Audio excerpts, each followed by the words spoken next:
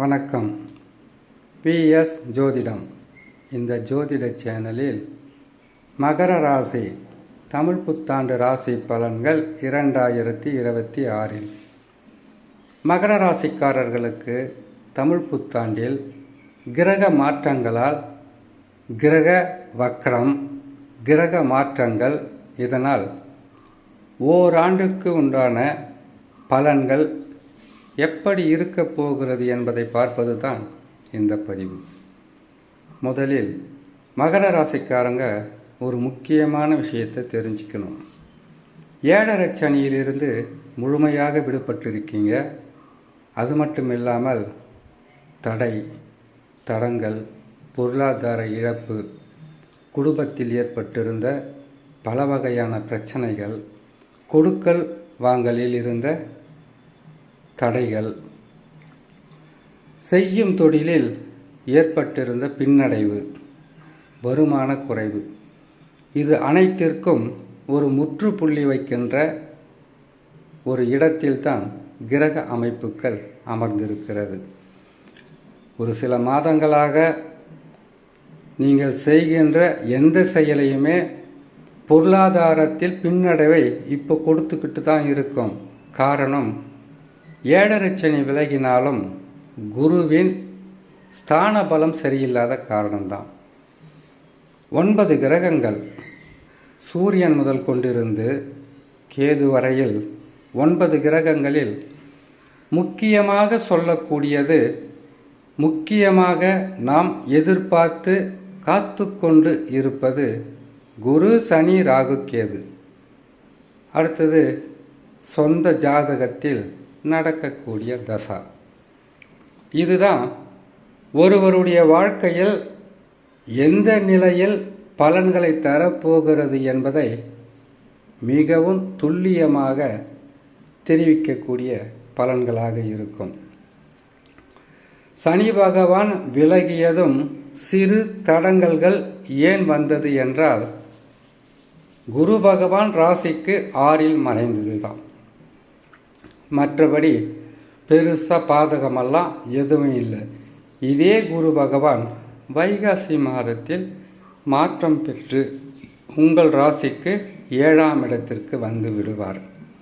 மகர ராசியில் குரு பகவான் நீசம் பெறுகிறார் என்ற பாதகத்தை தவிர, குரு பகவான் 7ஆம் இடத்தில் அமரும்போது உங்களுக்கு மிகவும் உதவியாக, உங்களுடைய நலன் விரும்பி, உங்களுக்காக நான் இருக்கிறேன் என்கின்ற நிலையில் உறவும் நட்பும், வேலை செய்கின்ற இடத்தில் முதலாளியாக இருந்தாலும் சரி, தொழிலாளியாக இருந்தாலும் சரி, இவர்களுடைய ஒத்துழைப்பும் இவர்களுடைய மிகப்பெரிய ஒரு பலமும் உங்களுக்கு கிடைக்கும்.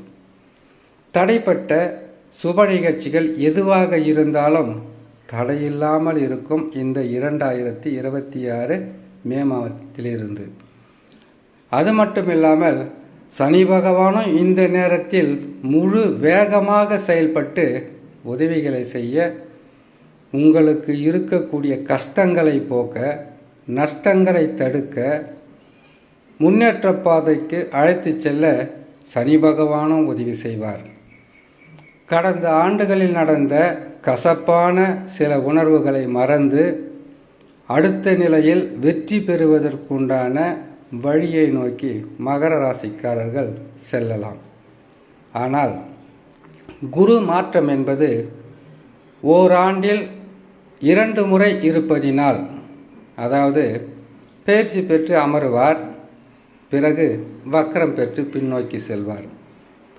அதற்கு பிறகு பயிற்சி பெற்று அமருவார், வக்ர நிவர்த்தி பெற்று சில மாதங்களில் மற்ற ராசிக்கு கடந்து செல்வார். இது மட்டும்தான் சில மாதங்கள் உங்களுக்கு நன்மையும் தீமையுமாக கலந்திருக்குமே தவிர, சனி பகவானால் உங்களுக்கு பல வகையான பிரச்சனைகளிலிருந்து உங்களை முழுமையாக விட்டு விலகிவிட்டார்.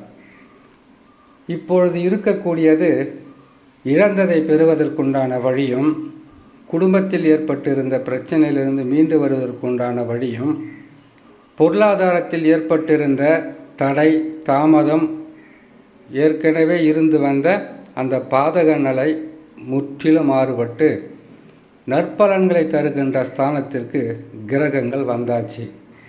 ராகு கேதுக்கள் பாதகமாக இருந்தாலும் ராகு கேதுக்கள் உங்களுக்கு அதிகப்படியான கெடுதல்களை செய்ய வேண்டும் என்றால் தசா ராகு கேதுக்களுக்கு பாதக தசாவாக இருக்கின்ற காலத்தில்தான் அதிகப்படியான தொல்லைகளாக இருக்கும். இல்லை என்றால் பெருசாக கஷ்டம் சொல்லவே முடியாது.